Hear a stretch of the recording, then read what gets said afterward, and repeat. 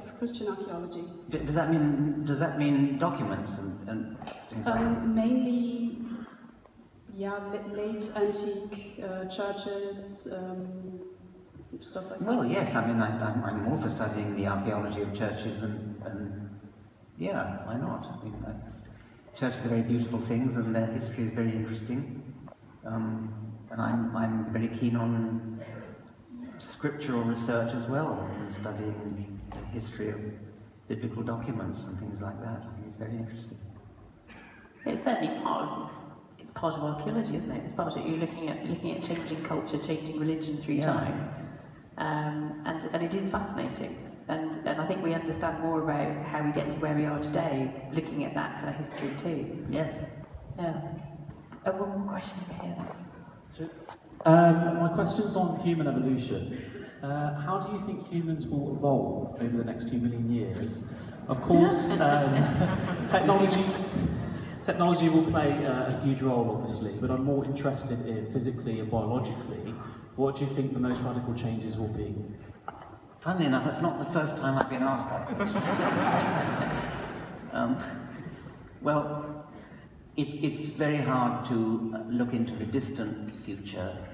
You might do something like look into the past and say, for the past couple of million years, 3 million years, there's been a major increase in brain size, for example. So there seems to be a sort of trend in that direction.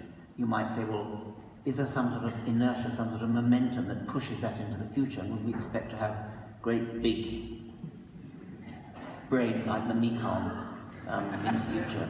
They've got smaller since the Paleolithic, though, to be fair. Yeah. Well, then, in any case, in order for that to happen, for a trend like that to happen, it's necessary that natural selection should favour bigger brains. And there must have, in some sense, for some time at least in the past few million years, there must have been a fairly strong selection pressure in favour of the big brain. It means that the biggest brained individuals would have to be the ones that have the most children.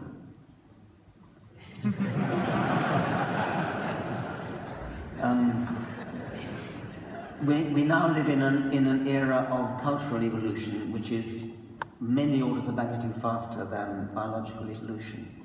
And it's a different process. It has many superficial similarities to biological evolution. But it rather messes up all our discussion about biological evolution, because we live in such an artificial environment. The environment in which we live changes so rapidly because of cultural reasons that it's hard to imagine any sustained selection pressure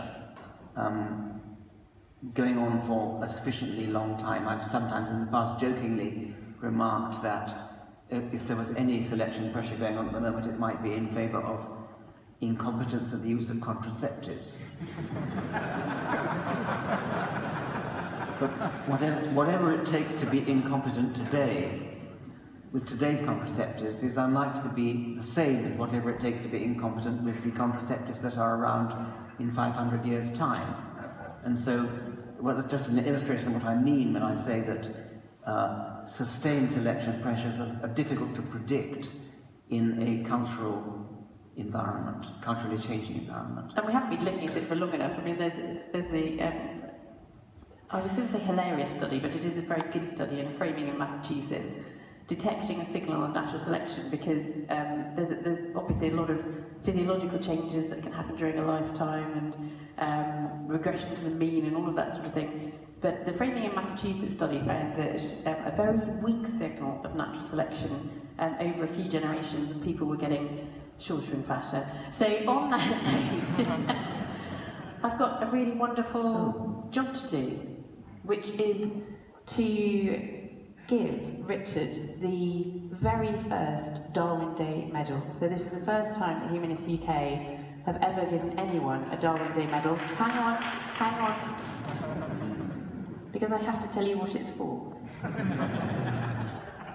And it is for being you, Richard, and it is for a lifetime devoted to public understanding of science, and in particular, evolution. Richard Dawkins, please accept from the heart of you.